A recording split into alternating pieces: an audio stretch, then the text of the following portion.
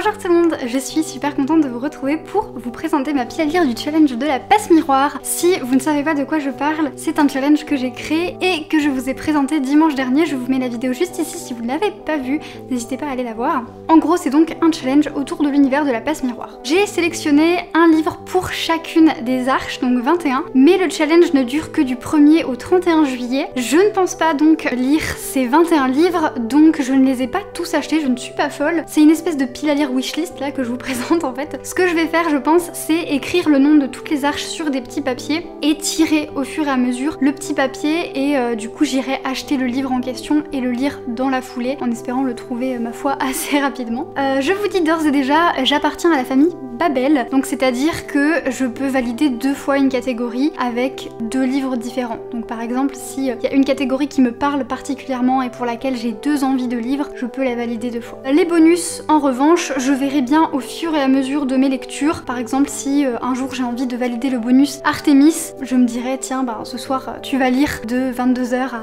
minuit. Allez, t'es folle. Sachant que je suis plutôt une lectrice de jour que de nuit, ce bonus là va être compliqué à valider pour moi.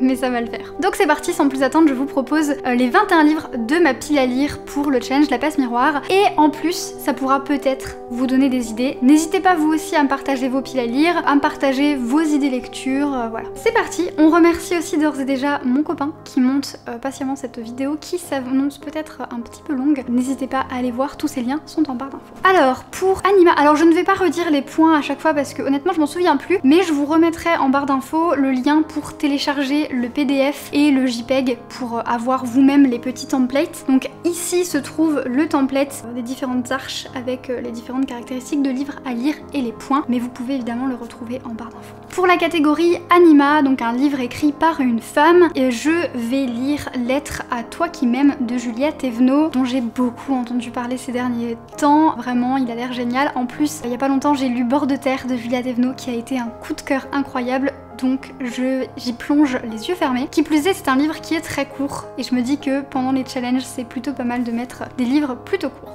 Pour le pôle, il faut lire donc soit une rélecture, soit un livre qui fait du bien. J'ai décidé de lier l'utile à l'agréable en relisant le premier tome de La Passe Miroir qui est juste ici, mais comme il fait partie du décor, on ne va pas l'enlever. Et donc c'est une relecture et c'est un livre qui me fait du bien. Qui plus est, j'organise une lecture commune de ce premier tome de La Passe Miroir, donc n'hésitez pas, toutes les informations sont et dans les templates et dans la vidéo précédente. Voilà. Pour Totem, il faut lire un livre de votre genre ou de votre auteur préféré. J'ai donc choisi de lire, j'hésite entre 2 livres en fait, soit Boudica de Jean-Laurent Del Socorro, soit, si entre-temps je l'ai déjà lu, parce que je tourne cette vidéo fin mai, donc il est fort probable que je l'ai peut-être déjà lu entre-temps, Fille de rage du même auteur. C'est un auteur que j'ai découvert il y a pas longtemps, enfin j'avais déjà lu Royaume de vent et de colère il y a quelques années, mais sans plus. Là j'ai lu Du roi je serai l'assassin, énorme coup de cœur. J'en ai profité pour relire Royaume de vent et de colère, énorme coup de cœur, et donc maintenant j'ai envie de lire tout ce que fait ce monsieur. Ensuite, pour Cyclope, il faut lire une réécriture, un livre avec de la mythologie ou des légendes. J'ai décidé de lire un livre dont tout le monde ne cesse de parler et que je n'ai pas encore lu, mais ça ne saurait tarder, il s'agit du Chant d'Achille de Madeleine Miller, que je vous mets donc juste ici. C'est un livre donc qui réécrit une partie de la guerre de Troie, si je dis pas de bêtises, en faisant un focus sur l'histoire d'amour entre Achille et Patrocle, voilà, j'étais pas sûre de son nom. Pour Flore, il faut lire notre dernière acquisition, voilà le dernier livre qui a poussé telle une jolie fleur dans notre pile à lire. Je vous avoue que ça, j'attends le dernier moment pour le mettre parce que bah ma pile à lire, elle va encore probablement augmenter d'ici là. Donc on verra bien au 1er juillet, le dernier livre qui est arrivé dans ma pile à lire, ce sera lui qui comptera. Sur l'Arche Plombor, il faut lire un classique. Alors je vais profiter de cette pile à lire pour expliquer un petit peu d'où me sont venues les différentes idées, en tout cas quand je les trouve un petit peu rigolotes et sympas. Mais en gros, Plombor, c'est l'arche des alchimistes qui change le métal en or et qui travaille sur l'élixir de vie éternelle. Et qu'est-ce qu'il y a de plus éternel qu'un classique ? J'ai été le chercher loin celui-là. Et donc pour ça je vais lire un classique qui est ma foi pas très long et qui me tente depuis longtemps. C'est un classique plutôt moderne. C'est Bonjour Tristesse de Françoise Sagan. Pouf, que je vous mets juste ici. Pour Pharos, il faut lire un livre qu'on est sûr d'adorer parce que Pharos, leur pouvoir, c'est leur espèce de charisme, voilà, ils arrivent à charmer les gens. Donc je me suis dit, le livre de cette arche doit nous charmer instantanément. Et moi j'ai choisi Capitale du Sud de... J'arrive jamais à me souvenir de son nom. J'en suis vraiment désolée. Guillaume Chamadjani, je sais plus, la fin je bug toujours, mais ce livre a l'air juste génial, ça fait déjà des mois et des mois et des mois que j'ai envie de le lire. Je sais pas pourquoi je me le suis pas encore procuré et j'ai beaucoup d'espoir en ce livre. Sur La Sérénissime, il faut lire donc un livre qui se passe dans le futur, puisque La Sérénissime c'est donc sur cette arche, c'est des gens qui ont la capacité de voir dans le futur. Ils la maîtrisent plus ou moins bien, bref. Et donc j'ai trouvé 2 livres. Le premier, je suis pas exactement sûre qu'ils correspondent, mais j'ai l'impression que c'est quand même un petit peu futuriste. Si jamais vous êtes au courant, dites-moi, mais en tout cas j'ai très envie de le lire. Au pire, je le place dans une autre catégorie. Donc je ne sais pas encore lequel des 2 je lirai. On verra si c'est pas sur cette catégorie que j'utiliserai mon pouvoir familial de Babel pour valider 2 fois la catégorie. On verra bien. Parce qu'il y a plusieurs catégories où j'ai mis 2 livres. On verra comment je goupille ça. De toute façon, j'aurai pas le temps de tout lire, ça c'est sûr. Donc le premier livre, c'est Les Oiseaux du Temps. Je ne sais plus de qui, mais vous retrouverez tout ça en barre d'infos. C'est un livre épistolaire où 2 combattants de camps ennemis s'écrivent des lettres. Ça a l'air très poétique, très lyrique, très doux, et apparemment c'est quelque chose, une aventure à travers le temps. C'est un livre dont j'ai beaucoup entendu parler sur la chaîne de Cornelius, donc j'en saurai plus probablement dans ses prochaines stories ou ses prochains updates lecture pour savoir s'il a aimé ou pas. Et le deuxième livre, c'est L'invincibilité des fantômes de Rivers Solomon, qui est un livre qui se passe dans le futur, dans un vaisseau spatial qui parle de racisme et qui, je pense, va poser beaucoup de questions sur l'humanité. C'est pas du tout mon genre de lecture d'habitude, mais j'ai pas mal entendu parler de cette autrice ces derniers temps et j'ai beaucoup envie de voir un petit peu ce qu'elle fait et de voir de quoi ce livre traite. Héliopolis, il faut lire un livre qui a été adapté et donc j'ai choisi de lire Les Orphelins Baudelaire, qui est un livre pour enfants que j'ai jamais lu personnellement et j'ai très envie de le découvrir parce que j'ai déjà lu quelques extraits et le style de Lemony Snicket me plaît beaucoup, cette espèce de manière de s'adresser au lecteur, ce narrateur un petit peu qui sait tout et qui juge les personnages avec beaucoup d'humour, ça me plaît beaucoup. J'avais regardé les premiers épisodes de la série Netflix et c'était vraiment très chouette, donc j'ai très envie de les lire. Pour Babel, il faut lire une suite de sagas, ou voilà, une suite de séries, etc. Donc moi j'ai choisi... Alors encore une fois, là j'ai 2 livres, je sais pas lequel je lirai, je pense que je le ferai un petit peu à l'envie, celui qui me tente le plus. Donc soit Iskari, le tome 2, que je vous mets juste ici, soit Les Annales du Disque Monde, le tome où j'en suis, je sais plus où j'en suis. Pour ceux qui sont un petit peu des habitués de la chaîne, vous devez remarquer qu'il y a beaucoup de livres qui sont dans cette pile à lire, qui se trouvaient aussi dans ma pile à lire du mois de la fantasy, que je vous mets juste ici. Mais en fait j'ai complètement fail ce challenge. J'ai beaucoup lu en mai, mais j'ai rien lu du tout de ma pile à lire. Donc du coup ils se retrouvent tous à nouveau dans cette pile à lire. Sur l'arche Le Désert, l'esprit de famille de cette arche s'appelle Djinn. Un djinn, en fait la traduction du mot djinn, donc c'est des esprits malveillants, et la traduction ça veut dire invisible, si je dis pas de bêtises. Et donc j'ai décidé de mettre en avant des livres qui sont invisibilisés, et donc il faut lire un livre inconnu, méconnu ou dont, selon vous, on ne parle pas assez. J'en ai trouvé 2, le premier c'est de Claire Duvivier, Un long voyage, qui me tente pas mal et qui je trouve n'a pas beaucoup fait parler de lui, donc je sais pas du tout ce qu'il vaut, mais en tout cas je l'ai vu passer nulle part. Et le deuxième, c'est un livre dont je ne me souviens plus l'auteur, qui s'appelle La vie dont nous rêvions, que je vous mets juste ici, publié chez 10-18. C'est une maison d'édition que j'aime beaucoup et qui publie de plus en plus de textes que je trouve très émotionnels et très beaux dans ce qu'ils racontent. Donc voilà, ça peut être plutôt chouette et je pense que le plot peut me plaire. Je me souviens plus trop de quoi ça parle, mais ça a l'air voilà de parler un petit peu des attentes de la vie, tout ça.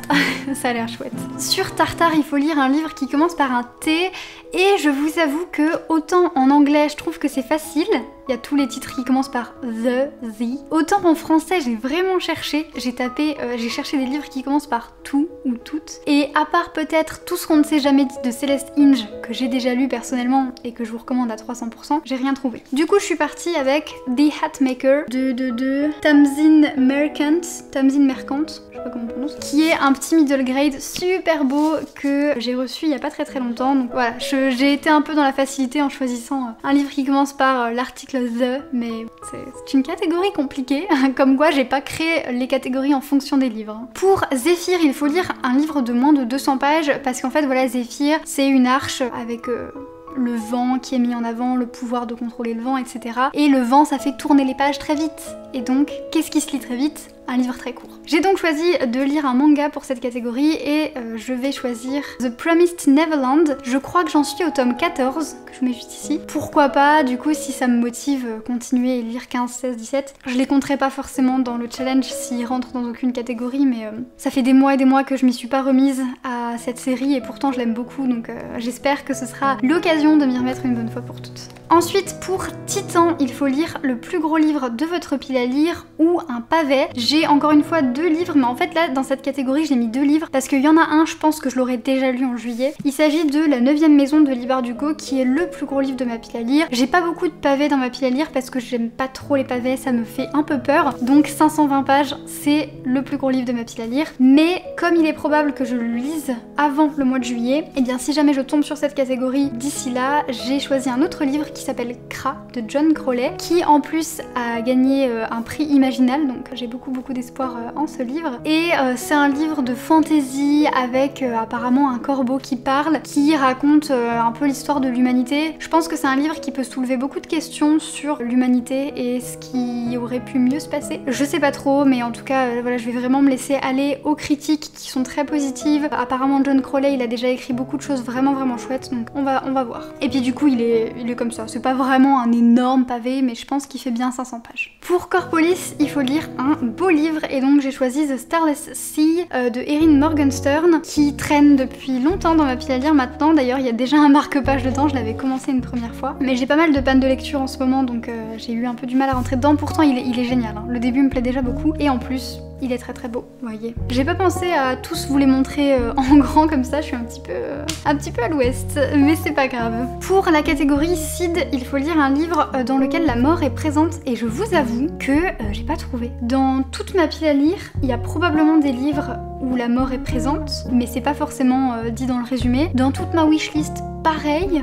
Ça m'est pas trop venu. Donc j'en ai quand même trouvé un qui je pense peut faire l'affaire. C'est un livre toujours de Rivers Solomon, c'est Les Abysses. Décidément, j'ai découvert cette autrice et j'ai envie de tout lire. C'est un livre où elle imagine un événement à partir d'un moment de l'histoire. En fait, à l'époque du commerce triangulaire, quand donc les femmes qui étaient destinées à être esclaves étaient mises sur un bateau et qu'elles tombaient enceintes pendant la traversée, elles étaient jetées du bateau. L'auteur imagine qu'elles ne mouraient pas, mais qu'elles devenaient des sirènes et que c'est comme ça en fait que le peuple des sirènes est né. Je sais pas du tout ce que ça vaut, j'ai juste lu le résumé, j'en sais rien, mais je me dis il y a un peu une histoire de mort qui n'en est pas vraiment une, etc. etc. Je pense que ça peut passer et puis le plot a l'air quand même sympa, ça a l'air de remettre en cause pas mal de choses, du sexisme, du racisme, etc. Donc je pense que ça peut être chouette. Rivers Solomon, elle est connue notamment pour faire partie d'un espèce de sous-genre de la SFFF qui serait l'afrofuturisme et ça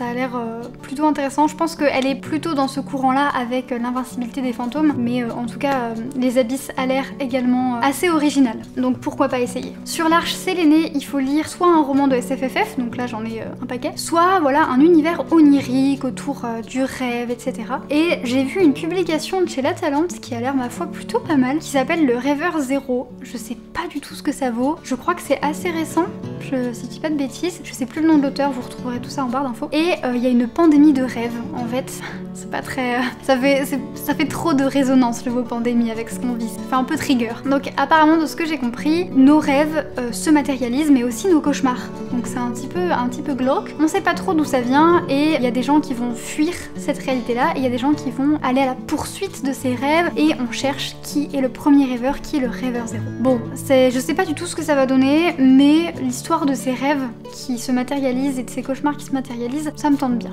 Donc on va voir. Vespéral, il faut lire le plus vieux livre de notre pile à lire et mon copain au montage doit être en train de rigoler et de dire les plus vieux livres de ta pile à lire, c'est pas celui-là. Parce que c'est un petit peu un fripon qui me taquine tout le temps sur ma pile à lire. En fait, il y a 8-9 ans, j'ai acheté une super belle édition de Notre-Dame de Paris, l'édition illustrée par Benjamin Lacombe, parce que j'aime beaucoup Victor Hugo, j'ai très envie de lire ce classique et à l'époque j'adorais Benjamin Lacombe. Sauf que j'ai jamais lu ce livre. Il est dans ma pile à... Enfin, du coup, il est même pas dans ma pile à lire, je l'ai rangé directement avec les beaux livres en fait. Un jour, j'aimerais bien le lire, vraiment un jour. En plus, il est magnifique, vraiment, il est sublime. Hein. Mais non. Et du coup, quand j'ai mis un autre livre dans cette catégorie, mon copain m'a dit non, le plus vieux livre de ta pile à lire, c'est Notre-Dame de Paris. Et souvent, quand je lui demande de choisir ma prochaine lecture, il me dit Notre-Dame de Paris? Non, non, non. Donc pour le coup j'ai choisi The Night Circus qui sera pour moi une relecture. D'ailleurs j'ai déjà un petit peu commencé mais je n'arrive pas... Il est où mon marque-page? Ouais, je l'ai pas mal entamé donc bon, c'est un petit peu de la triche en soi. On va rien dire, ok? Vous avez le droit de tricher, je vous autorise. Mais voilà, bref, c'est un livre que j'ai très envie de relire depuis longtemps parce que j'aime beaucoup l'univers d'Erin Morgenstern, j'aime beaucoup ce livre, c'est un de mes livres préférés et j'avais très envie de le relire et je pense que dans ma pile à lire, c'est probablement l'un des plus vieux. Ma pile à lire tourne quand même assez régulièrement donc je suis contente. Pour Al-Andalus, donc il faut lire un livre engagé ou alors voilà un essai de non-fiction. Je vous avoue que je sais pas trop. Il y a un livre sur le féminisme qui est sorti là il y a pas longtemps, au début de cette année, qui me tente pas mal, qui s'appelle Tu ne vas pas sortir comme ça, le féminisme expliqué à mon père, que je mets juste ici. Mais je vous avoue que ces derniers temps, j'ai lu pas mal de livres sur le féminisme et ça m'a pas mal miné le moral, ça m'a stressé, ça m'a énervé et tout. Donc je sais pas si c'est une bonne idée que je lise ça, donc je verrai si je trouve pas quelque chose en librairie. Peut-être que je trouverai de la fiction avec un message engagé, ce sera peut-être un petit peu plus sympa. On verra bien. J'avoue que je suis assez ouverte sur cette catégorie. Et enfin, pour la catégorie l'étoile, il faut donc donner un numéro aléatoire. Je l'ai pas fait encore, mais je le ferai en vlog. Je compte essayer de vlogger. Je pense pas que je vais vlogger tout mon challenge, je sais pas si je vais y arriver, mais en tout cas je vais essayer de faire au moins 2 vlogs pendant le challenge et notamment un vlog pendant lequel j'assignerai un numéro à tous mes livres et je tirerai au sort le livre en question. Écoutez, c'est tout pour ma pile à lire, elle est énorme, je sais pas si... Voilà, je sais que tout n'y passera pas, c'est sûr et certain. Je ne sais pas ce qui y passera, comme je vous ai dit, je vais tirer au sort parce que je pense que ça peut être un peu rigolo et ça peut me permettre de faire des belles découvertes, d'avoir vraiment des surprises inattendues, de pas forcément calculer les points ou quoi. Niveau bonus, je vais essayer d'en faire un maximum, je vais essayer de me faire des journées détente, je vais essayer de lire un petit peu la nuit, voilà. On va essayer de jouer ça au max. Encore une fois, vous pourrez retrouver tous les liens en barre d'infos. N'hésitez pas à me taguer avec le petit arrobase là sur YouTube si vous faites la pile à lire, ainsi qu'à utiliser le hashtag challenge la passe miroir 2021. Et puis n'hésitez pas voilà à commenter, liker, partager, vous abonner, la totale, ça me ferait super plaisir. J'espère que le concept vous plaît, n'hésitez pas à me donner vos conseils pour l'année prochaine, vos remarques, etc. Je les prendrai en compte autant que faire se peut. En attendant, je vous souhaite un très bon challenge.